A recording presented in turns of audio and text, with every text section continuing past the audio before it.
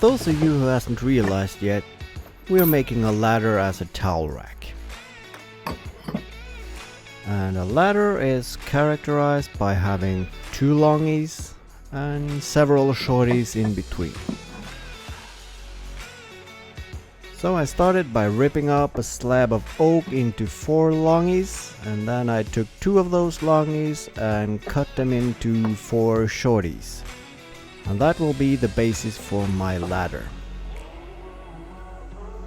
Now I did Google what the actual elements of a ladder is called. The longies are called rails, which is not a better word at all. The shorties, on the other hand, are called steps, which I'll admit makes sense.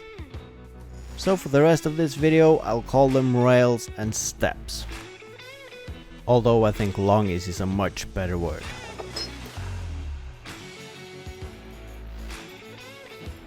Now, I'm not gonna do a lot of measuring on this project. I used a tape measure in the beginning to make sure that the top and bottom step are equally spaced from the ends.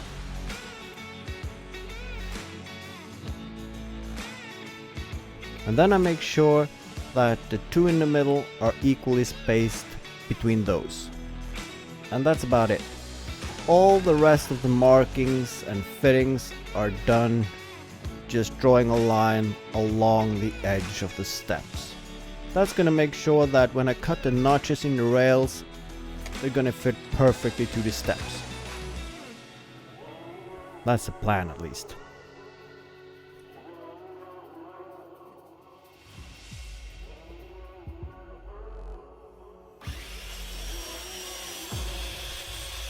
And then I cut the slots in the rails where the steps are gonna sit.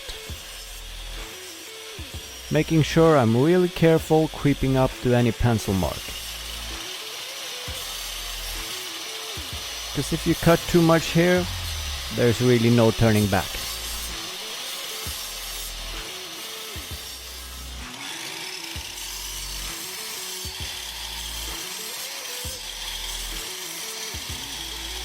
So, when all the parts are cut, and after cuddling a bit with the dog, I bring all the parts inside and put them on a flat surface.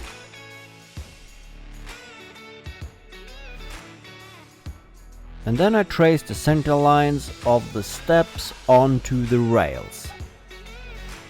I also give every step a unique number corresponding to their specific slot on the rails, just to make sure I doesn't mix them up later and screw up the alignments.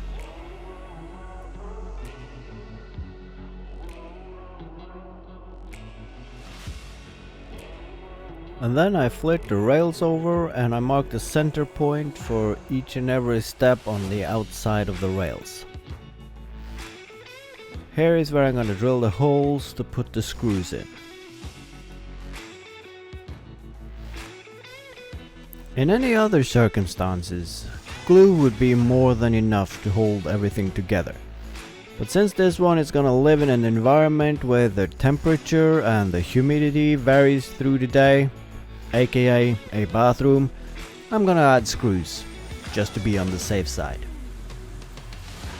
And as an added bonus, they will act as clamps during the glue up. What you see me doing here is drilling the pilot holes. Oak is a fairly hard wood, and not doing this will most likely lead to the wood cracking when you drive the screws in. I'm not using a drill press here because it's a very short and shallow hole, so it's more than enough doing this by hand. When I'm drilling the countersunk holes, on the other hand, I'm using the drill press, because that will allow me to accurately drill at the depth where I'm not drilling all the way through, which will allow me to plug the holes after I put the screws in. Here you can see me putting a tapered angle on the bottom end of the ladder, which is gonna give it more contact surface when it's slanted up against the wall. And it would also look a lot better.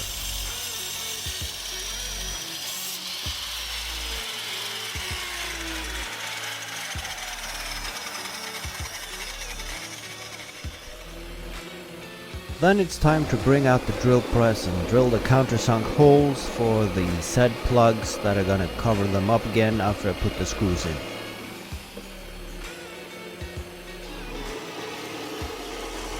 And while I'm at it, I make the plugs out of the same materials I built the rest of the ladder of. Now that's not gonna make them invisible, but it's gonna make them a hell of a lot nicer than if I was using store-bought plugs.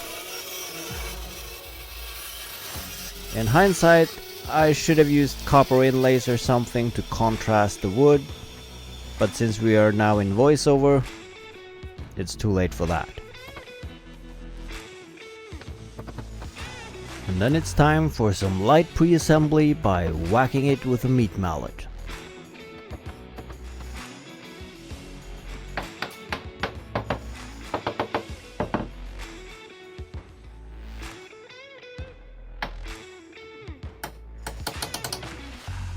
Now this is not the sound you want to hear during pre-assembly when you're planning to take everything apart again before glue up. So I had to take everything apart and do some minor adjustments with a rasp. The reasons might be that I'm doing this the next day, and changes in temperature and humidity in the workshop overnight has led to some of the tolerances being a bit off. Wood is a living material even when it's cut down, and this is not unusual.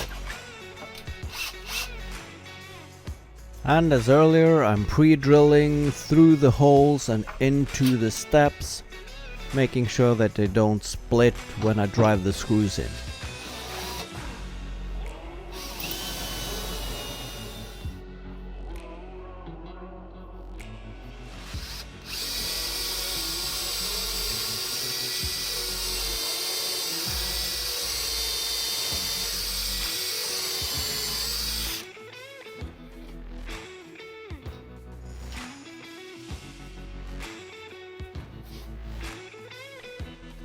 And then we are at the point of no return, the glue up. If you screw up here, well, there's not much you can do. Now, there is of course some possibilities that there will be some gaps in the joints. But that doesn't matter, you can always fill those with glue and sawdust, and that will, well, not make them invisible either, but it's gonna make them look good enough for, well, for me. That's what counts. Even though I use screws to hold everything together, I double up with clamps. Because you can never use too many clamps. It also turned out that after the glue had set, I could actually retighten the screws quite a bit.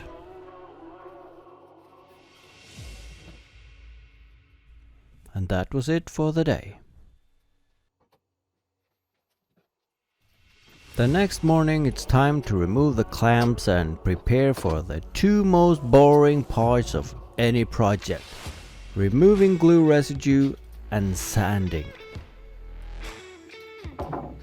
Now, I can't emphasize enough how much I dislike sanding. Sanding almost ruined my joy for woodworking back in secondary school, when we needed to use the recess before wood class to run, making sure that you'll be one of the first to dive into that box of used sandpapers, in hope of finding a sheet with more than 2 grains of sand on it. It took me almost 20 years to realize you can actually go to the store and buy sandpaper with sand on it. And then, after you use it, you can discard it and buy new ones. And then, shortly after that, I learned you can also buy machines that will help you sand. Mind blown. But that's enough tripping down memory lane. Here you can see me plugging the holes after I put the screws in. And then I remove the excess glue with some Q-tips. Now this is not Q-tips, but I can't for the life of me pronounce cotton swabs. Hey, did I get it? Cotton swabs. Well, maybe not. And after the glue is set, I flush trim the plugs with the Japanese pull saw and finish off doing some more sanding.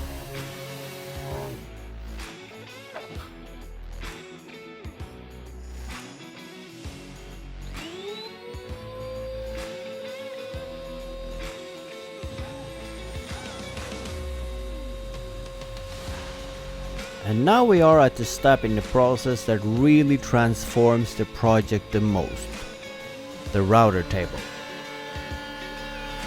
Because by putting a round over on all the edges, really transform this ladder from just some glued together pieces of wood into something that is actually pleasant to hold and to look at.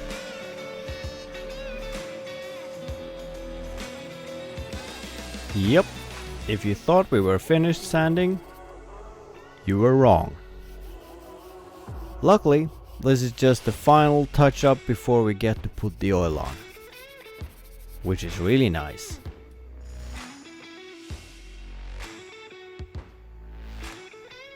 I'm using a food grade oil made for butcher blocks and so forth. Things that you put food on basically. Not that I'm ever gonna eat something off of this, but it's really nice to work with and it doesn't give a hard surface that needs to be sanded off if I were to redo it at some point. You could just add some more at a later stage if you want to, and it really gives off a great finish.